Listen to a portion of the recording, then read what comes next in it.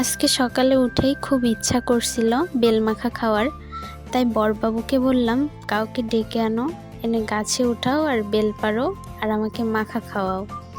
বড়বাবুকে যেমন বললাম তেমনই করলো।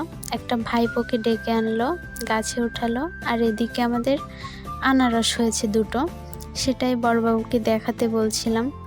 তারপর আমিই দেখাচ্ছিলাম ধরে যে কত সুন্দর রং হয়েছে, গাছ দুটোও কত বড় বড়। এরকম আনারস গাছ যদি কারোর থেকে থাকে তাহলে অবশ্যই সেটা জানাবেন। এদিকে তো কদবেল পাড়া হচ্ছিল আর আমি নিজে দাঁড়িয়ে সেটা ভিডিও করছিলাম। এদিকে বড়বাবু বলছিল আমাকে একটু নেও ভিডিওতে, সে আবার পোজ দিচ্ছিল, সামনে এসে বলতেছিল আমাকে সুন্দর দেখাচ্ছি কিনা দেখো। তা আমি তাকে লুঙ্গিম্যান বলে ডাকলাম।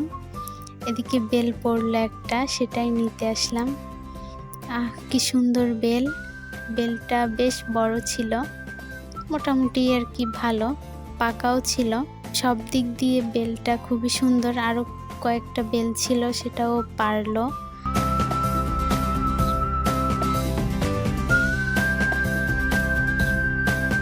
এই যে এবার আমি তলায় গিয়ে সেগুলোকে খুঁটে নিলাম।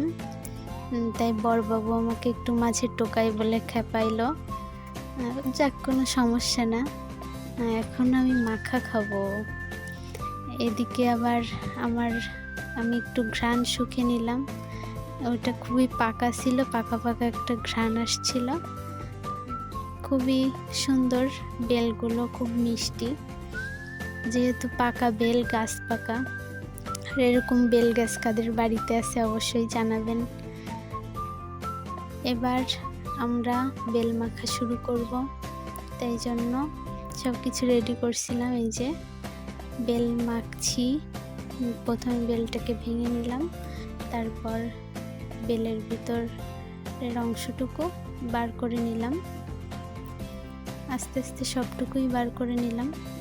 এদিকে আবার আমার এক দিদি ভিডিও কল করেছিল, তখনই যখন মাখা খাচ্ছিলাম, তো তাকেও একটু মাঝে লোভ দিয়ে নিলাম। এই ভিডিওর ব্লগে যাবে, আমরা এই মাখা খাচ্ছি সেই ব্লগ দেব আর কি। দিদি ভালোভাবে বসে আছে? হ্যাঁ হ্যাঁ, ভালোভাবে বসা আছে, মুখটা আছে, ওর সমস্যা নেই। এবার মরিচ কাটা শুরু করলাম। একটা পাকা মরিচ নিয়েছিলাম যাতে ভালো ঝাল হয়, একটা লেবু পাতায় খুব সুন্দর একটা ঘ্রাণ আসে মাখায়, এজন্য। তারপরে তো নিলাম লবণ, স্বাদ মতো লবণ, একটু সরিষার তেল দিয়ে ভালোভাবে মাখাচ্ছিলাম। চিনি দেইনি, কারণ এটা গাছ পাকা আর খুবই মিষ্টি, এই কারণে চিনি দিইনি। আর মাখাটা খেতে খুবই সুন্দর হয়েছিল, যেহেতু গাছ পাকা বেল। সবাইকে টাটা।